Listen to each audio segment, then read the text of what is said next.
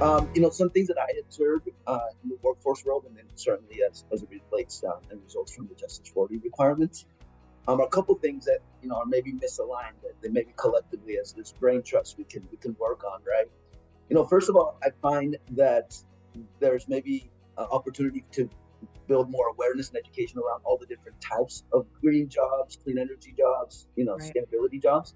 I think oftentimes people think uh, primarily towards things like solar panel installer, energy auditor, or weatherization technician, right? And because that tends to be what people think of when they think of these roles, when they go out and pursue funding and put together programs to equip people to get to these spaces, those are the roles that we're training people for. But I Okay. think that there's just a big lack of awareness around the fact that there's a whole ecosystem of jobs out there that we've got to train our people for, that they're very viable, candidates for.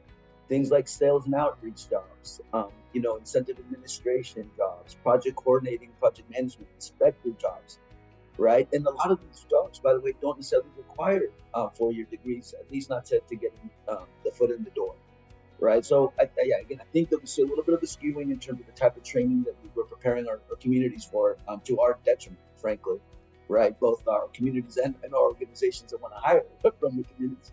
The second thing I see happening, right, is a lot of times when we put these Justice 40 programs, workforce development programs together, the funders want to see a credential on the tail end of a training, Yeah. right? An Yeah. industry recognized credential for obvious reasons, right? We want to validate the training that they're going through.